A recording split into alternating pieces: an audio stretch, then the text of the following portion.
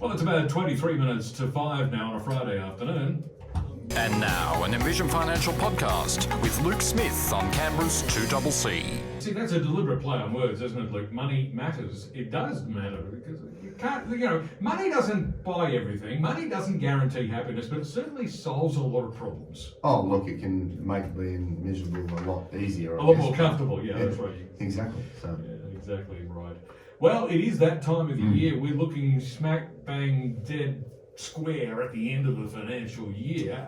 In fact, it's exactly 2 weeks away today, the end of the financial year. Correct. I'm pretty sure, unless I'm mistaken, that means if we need to do a lot of stuff before the end of the financial year, we've probably left it a bit too late. Well, not necessarily. What are we, 16? So I think most super funds... Yeah, literally 14 days to go. Yep. Most super funds are actually bringing dates forward, so you need to check with your provider.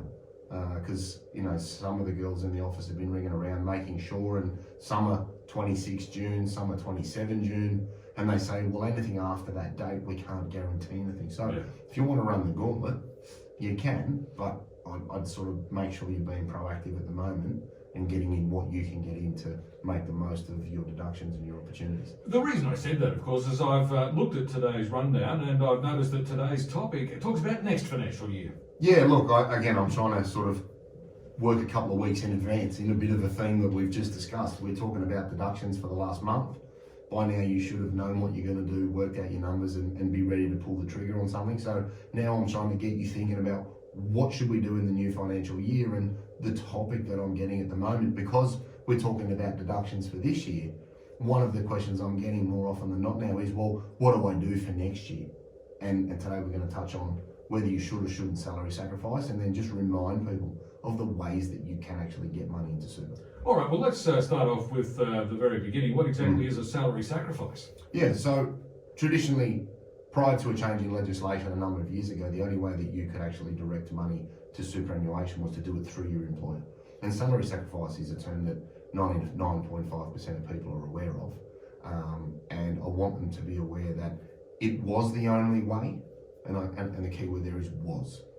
You can still do it, and salary sacrifice is great because it allows you to lower your taxable income by directing some of your salary, potentially up to the annual limit of $27,500, to superannuation from your pay on a fortnightly, weekly, monthly basis, depending on how you're remunerated. And importantly, on a pre-tax basis. Correct, that's right. So you can earn $100,000 and you might say from the 1st of July to your employer, hey, I'd like $1,000 a month to go to my super fund. Now that's in addition to the compulsory contributions that the employer is already paying. That's exactly right. So you're sacrificing what would have been your wage entitlement. You'll get your superannuation guarantee regardless under the legislation, which is great, but you can sacrifice some of your personal remuneration to go to superannuation. And traditionally, the benefit of doing that is that the contribution rate for superannuation is 15%. So if your marginal tax rate is 34, 39, 49, and you can put some into superannuation, you're taking advantage of that arbitrage between receiving it as wages and paying 34, 39, 49, or putting it into super and paying 15. So sacrificing some income during the year is a good way to lower your taxable income when you lodge your tax return. But I want people to know that it's not the only way that you can do it. You're now able to, and we've touched on this in many different shows, you're able to use your own money to make a tax deduction. And that's what we've been talking about for the last couple of weeks, making a personal deductible contribution. So in light of the fact that there's 2 weeks to go. And in that case, when you're doing that, you're taking it from your own bank account, presumably from money that you've already paid your income tax when you earned it in the first place. Correct, but you put that money in and you can still claim 100% of that money. Right. Which would be the exact same tax outcome as if you'd done it on a fortnightly basis. Right. For the entire financial year. And I just want people to be aware that salary sacrifice is one way and a personal deductible contribution is another. Now, for me, salary sacrifice is good for people that have no non-deductible debt because they have nothing to pay off and struggle or don't like the concept of managing a bank account because temptation is too much. And if you see something, you spend something. So as a forced level of saving, if you're that way inclined that, oh, there's some money in the bank, let's go to Hawaii, use salary sacrifice and do it progressively over the 12 months of the financial year. Where you are an avid saver and able to manage your budget and your cash flow and your capital, a personal deductible contribution can be just as effective and attain exactly the same outcome by putting your own money into superannuation. So for example, you might say, I really want to offset my mortgage because interest rates have gone up. So you fill up your offset account with all of your savings during the year. And now at this time of the year, you make a contribution up to your concessional limit, taking into account what you've got from your employer, and you claim 100% of that money as a tax deduction. So if you think about it, in that example, you've had two uses for the same capital. Right. You've reduced the interest on your home loan, which is great because you've used an offset account. Then you've taken that money out this time of the year, put it into superannuation and said, hey, I'm going to claim that as a tax deduction as well. So it's not that one is better than the other. It's just about understanding the difference and then the positives and negatives of when you may or may not use them, depending on your situation and how you manage your cash flow. So essentially the main difference between a personal deductible contribution and a salary sacrifice is that the salary sacrifice is done on a regular basis when you get paid, whether it's fortnightly or monthly, whatever the case might be, and it happens automatically because you've already set it up, you don't have to think about it. Whereas the personal contribution that you're talking about, that's something that you deliberately decide to do at a particular time with a particular amount of money. Correct. The other big distinction is salary sacrifice is done by your employer. Yeah. Because you can actually, if you wanted to, make a personal contribution to your fund every month. So salary sacrifice, through your employer, they do the paperwork. Personal deductible contribution, your money, your contribution, you do your paperwork to get your tax deduction, but you end up with the same tax outcome at the end of the year. So it'll work in different ways for different people. But more often than not, someone comes in and goes, well, I can't salary sacrifice $20,000 between now and the end of the month.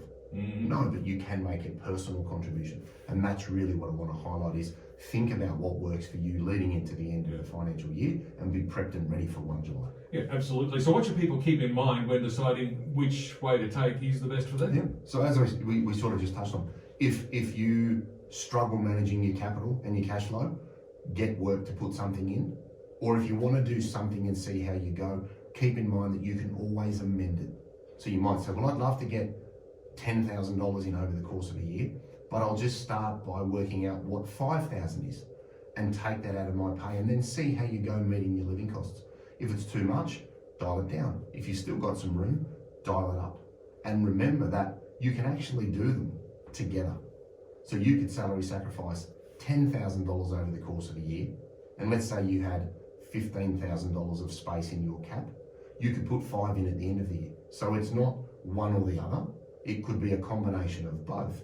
So you do something without thinking July through June, and then in June you go, oh, I've got $5,000 of space, I've got some money in my offset account, okay, I'll put that in as well. And you might do a personal contribution with 5 and salary sacrifice 10 through your employer. So it's about finding the way to get it to work for you and your situation. Remember that holding money in an offset account can be a good way of buffering the rising cost and inflation pressures that everybody's feeling at the moment. Yeah. So again, if you'd rather have your money during the year, yes, you'll pay a little bit more tax on your wages.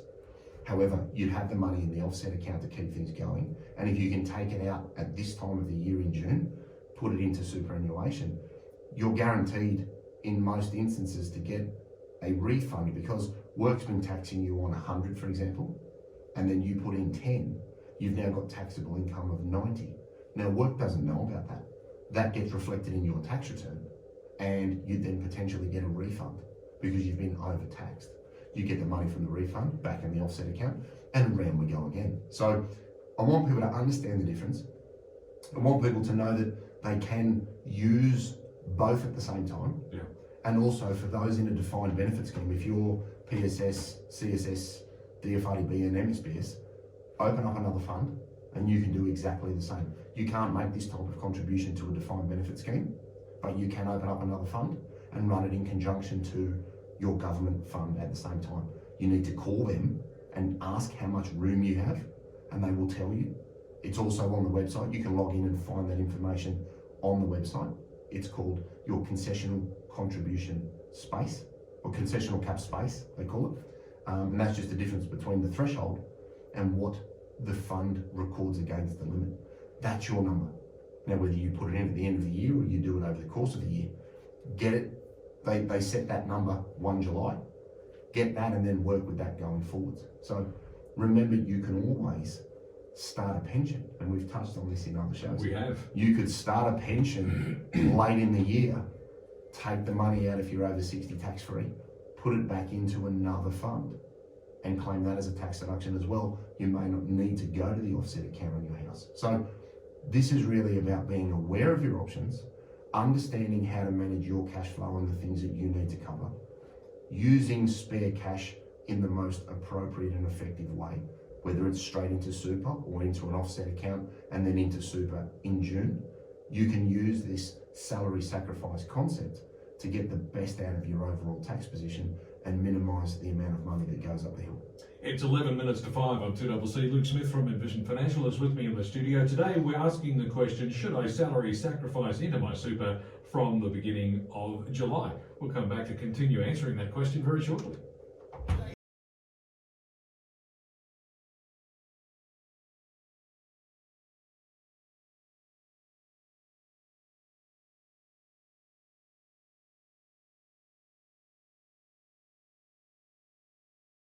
Well, it's about 7 minutes to 5 now. Luke Smith from Envision Financial is with me in the studio today. We're talking about salary sacrificing, because if you want to go down that avenue, you might want to start from the 1st of July.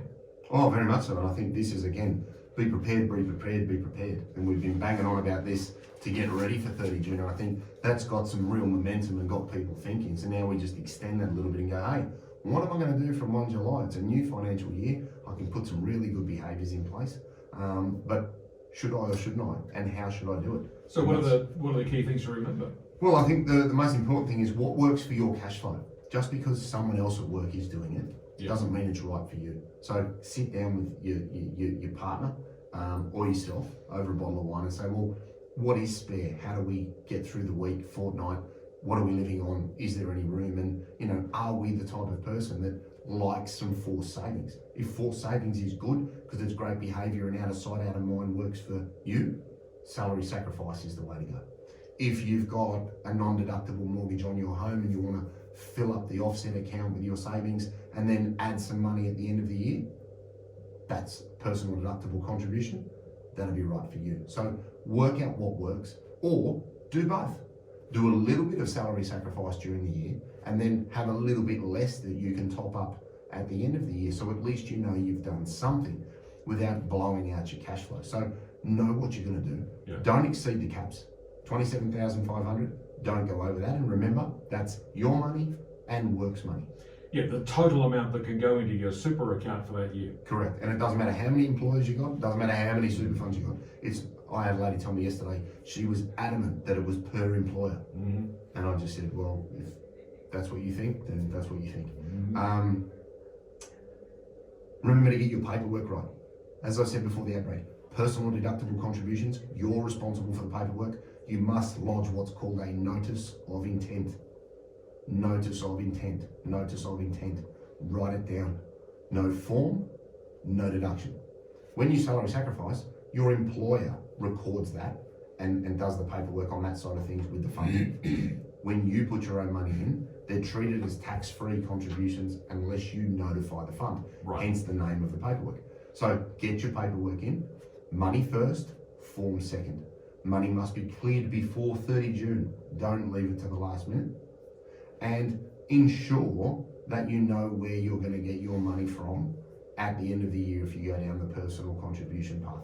Is it a pension from super because you're over 60? Is it your offset account? Is it a redraw facility? Is it the sale of an asset during the year? And remember that you can use the concessional catch-up rules, which looks at the space you haven't used from 2019 to today, provided your super is less than $500,000 on the 30th of June last year. So that's a great way of topping up your personal contributions to maximise the tax efficiency of the sale of an asset, or to reduce capital gains tax, or to take into account a change of a contract where you may have had a significant income increase over the last 12 months. So there's a little bit of something there for everyone, and remember you can use it in conjunction with both strategies. Okay, so where can listeners get more information? 6260-4749, this is the office number. We've got envisionfinancial.com.au on the internet.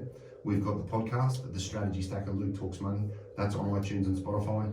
We've got the YouTube channel, Envision Financial Canberra.